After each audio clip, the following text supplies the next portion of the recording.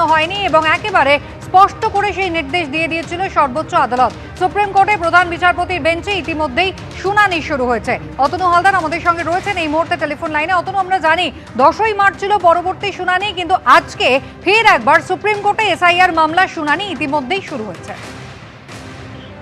দেখো, একদম শুনানি শুরু হয়ে গেছে এবং শুনানিতে আজকে যেটা হয়েছে সেটা মূলত এখন পর্যন্ত যেটা হয়েছে সেটা হচ্ছে সুপ্রিম কোর্টের বক্তব্য যে শুধুমাত্র পশ্চিমবঙ্গ থেকে নয়, পশ্চিমবঙ্গের পাশাপাশি উড়িষ্যা, ঝাড়খণ্ড থেকেও জুডিশিয়াল অফিসারদের নিয়োগ করা যাবে।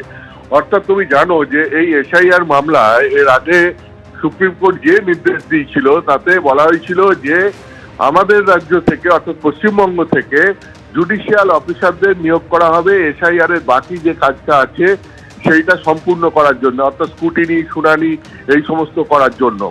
এবং এরপরে কলকাতা হাইকোর্টের প্রধান বিচারপতিকে এই নির্দেশ দেওয়া হয় যেহেতু, তাই এরপরে কলকাতা হাইকোর্টের প্রধান বিচারপতি তিনি বিভিন্ন জেলা থেকে ডিস্ট্রিক্ট জজদের এবং অ্যাডিশনাল ডিস্ট্রিক্ট জজদের এবং অবসরপ্রাপ্ত জুডিশিয়াল অফিসার যারা ডিস্ট্রিক্ট জজ ছিলেন এই রকম অবসরপ্রাপ্ত জুডিশিয়াল অফিসারদের এই কাজে নিয়োগ করতে থাকেন। প্রায় 250 জন মতো জজকে এখনো পর্যন্ত এই কাজে নিযুক্ত করা হয়েছে সুপ্রিম কোর্ট এই নির্দেশ দেওয়ার পর। কিন্তু যেটা হচ্ছে সেটা হচ্ছে যে এই যে পরিমাণ কাজ এখনো বাকি রয়েছে এবং যে পরিমাণ জজকে এখনো পর্যন্ত নিয়োগ করা হয়েছে তাতে দেখা যাচ্ছে যে শুনানির কাজ সম্পূর্ণ করতে দীর্ঘদিন লেগে যাবে।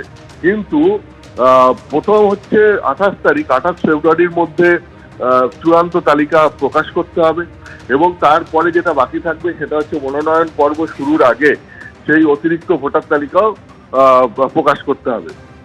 ফলে এটা অল্প সময়ের মধ্যে কাজ যেহেতু শেষ করতে হবে, তাই যে পরিমাণ ডিস্ট্রিক্ট জজকে বা অ্যাডিশনাল ডিস্ট্রিক্ট জজ, এক কথায় জুডিশিয়াল অফিসারদের নিয়োগ করা হয়েছে, তাদেরকে দিয়ে এই কাজ সম্পূর্ণ করা সম্ভব নয়। এবং সুপ্রিম কোর্টের নজরে এই বিষয়টি আসার পরে সুপ্রিম কোর্ট আজকে এই মামলার শুনানির দিন রেখেছিল, কারণ 10 মার্চ এই মামলার পরবর্তী শুনানি হওয়ার কথা ছিল, কিন্তু তড়িঘড়ি আজকে সকালেই সুপ্রিম কোর্ট এই মামলার শুনানি রাখে। তার কারণ হচ্ছে যে নির্দেশ সুপ্রিম কোর্ট দিয়েছে সেই নির্দেশ অনুযায়ী পুরো কাজ সম্পূর্ণ করতে গেলে যে সময় লাগবে তাতে দেখা যাচ্ছে যে ভোটের সময়সীমা সেক্ষেত্রে সঠিক সময় করা যাবে কিনা তা নিয়ে একটা প্রশ্ন ছিল, অর্থাৎ শুনানি শেষ করা যাবে কিনা। সেই কারণেই সুপ্রিম কোর্ট আজকে বলেছে যে সংখ্যক বিচারকদের এখন পর্যন্ত নিয়োগ করা হয়েছে সেটা পর্যাপ্ত না এবং প্রত্যেক বিচারক যদি 250টা করে শুনানি করে তাহলে পরে দেখা যাচ্ছে 80 দিন লেগে যাবে। তো 80 দিন তো এখনো সময় নেই, সময় খুব অল্পই আছে। সেই কারণে সুপ্রিম কোর্ট আজকে নতুন করে নির্দেশ দিল যে উড়িষ্যা, ঝাড়খণ্ড থেকেও জুডিশিয়াল অফিসারদের নিয়োগ করা যাবে এবং এই নির্দেশ দেওয়ার পরে কল্যাণ বন্দ্যোপাধ্যায়, রাজ্যের তরফ থেকে আইনজীবী বা মুখ্যমন্ত্রীর তরফ থেকে আইনজীবী কল্যাণ বন্দ্যোপাধ্যায়, তিনি বলেন যে অন্য রাজ্য থেকে বিচারক নিয়ে পরে স্থানীয় ভাষা নিয়ে সমস্যা হতে পারে। তাতে দেশের প্রধান বিচারপতি সূর্যকান্ত বলেন যে বাংলা, বিহার, উড়িষ্যা এটা তো একসময় অখণ্ড ছিল, তাই ওখানকার লোকেদের পশ্চিমবঙ্গ নিয়ে বেশ কিছুটা ধারণা আছে এবং যেহেতু বেশ কিছুটা ধারণা আছে সেই কারণে তাদেরকে নিয়োগ করা যেতে পারে। এবং এই ব্যাপারে যেটা আরো বলা হয়েছে যে কলকাতা হাইকোর্টই অবশ্য ঠিক করবে যে কাদেরকে বাইরের রাজ্য থেকে নিয়োগ করা হবে এবং বাইরের রাজ্য থেকে নিয়োগ করা হবে কিনা। অর্থাৎ যদি রাজ্যের সমস্ত বিচারক দিয়ে কাজ সম্পূর্ণ হয়ে যায় তাহলে ঠিক আছে, যদি না হয় তাহলে কলকাতা হাইকোর্ট তাদের প্রয়োজন মতো সিদ্ধান্ত নেবে এবং সেই মতো পার্শ্ববর্তী রাজ্য থেকে সেক্ষেত্রে জুডিশিয়াল অফিসারদের নিয়োগ করবে। এবং শুধুমাত্র তাই নয়, এর সঙ্গে সঙ্গে সিভিল জজ যারা আছেন, সিভিল কোর্টের জজ যারা আছেন তাদেরকেও নিয়োগ করা যাবে বলে সুপ্রিম কোর্ট আজকে নির্দেশ দিয়েছে। তবে সেক্ষেত্রে তারা একটা কন্ডিশন রেখেছে যে 3 বছরের অভিজ্ঞতা এই সিভিল জাজদের থাকতে হবে। অর্থাৎ তোমাকে যদি আজকের সুপ্রিম কোর্টের শুনানির মূল যেটা সেটা যদি বলি তাহলে হচ্ছে এরকম যে সুপ্রিম কোর্ট আগের দিন যে নির্দেশ দিয়েছিল যে শুনানির যে কাজ এখনো পর্যন্ত বাকি আছে এসআইআর এর, সেই কাজ সম্পূর্ণ করার জন্য জুডিশিয়াল অফিসারদের নিয়োগ করতে হবে। এখন এই জুডিশিয়াল অফিসারদের নিয়োগ করতে গিয়ে যেটা দেখা যাচ্ছে এখনো পর্যন্ত প্রায় 250 জুডিশিয়াল অফিসারকে রাজ্যে এখান থেকে নিয়োগ করা হয়েছে।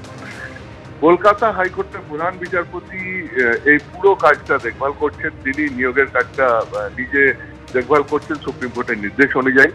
এবং সুপ্রিম কোর্টের বক্তব্য হচ্ছে যে পরিমাণ জজ এখনো নিয়োগ করা হয়েছে তাতে দেখা যাচ্ছে যে যদি কাজ সম্পূর্ণ করতে হয় নির্দিষ্ট সময়ের মধ্যে তাহলে সেটা সম্ভব নয়। সব মিলিয়ে হিসেব করে দেখা যাচ্ছে যে জজেদের এখন যে যদি কাজ শুরুও করেন জজেরা তাহলে পরেও প্রায় 80 দিন কাজ লেগে যাবে। তার কারণ এখনো যে পরিমাণ কাজ বাকি রয়েছে আর যে পরিমাণ জজকে নিয়োগ করা হয়েছে তাতে 80 দিন লেগে যাবে।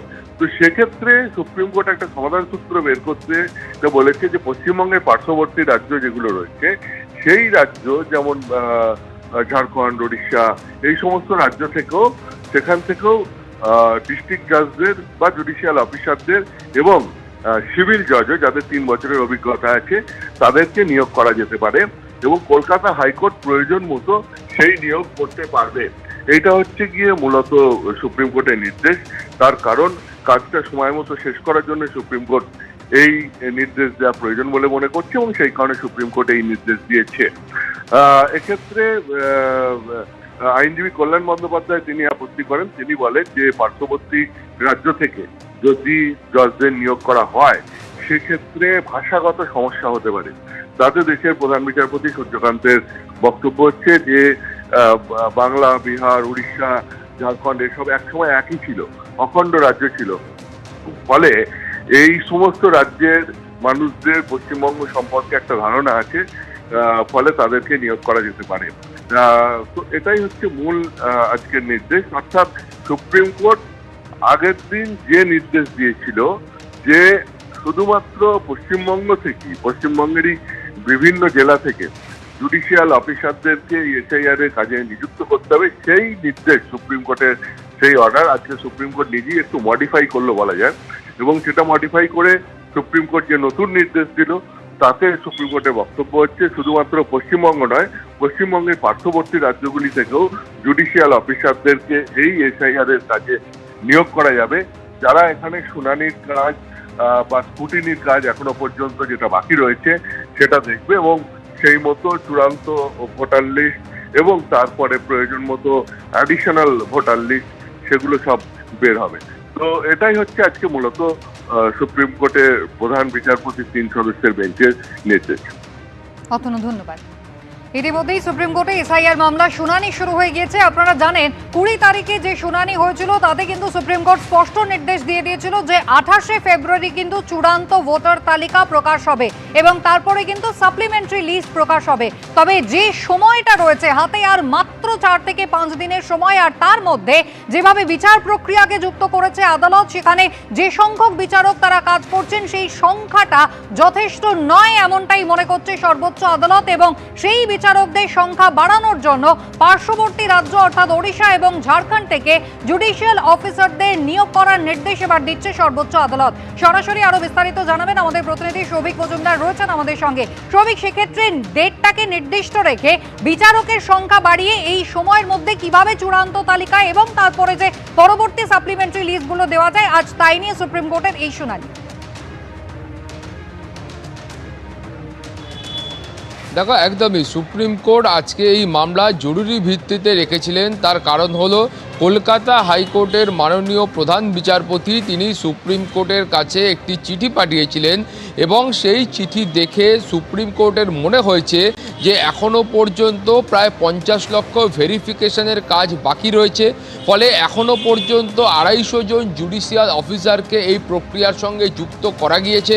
এখন যদি হিসাব অনুযায়ী ধরে নেওয়া হয় যে এই 250 জন জুডিশিয়াল অফিসার বা মাননীয় বিচারক তারা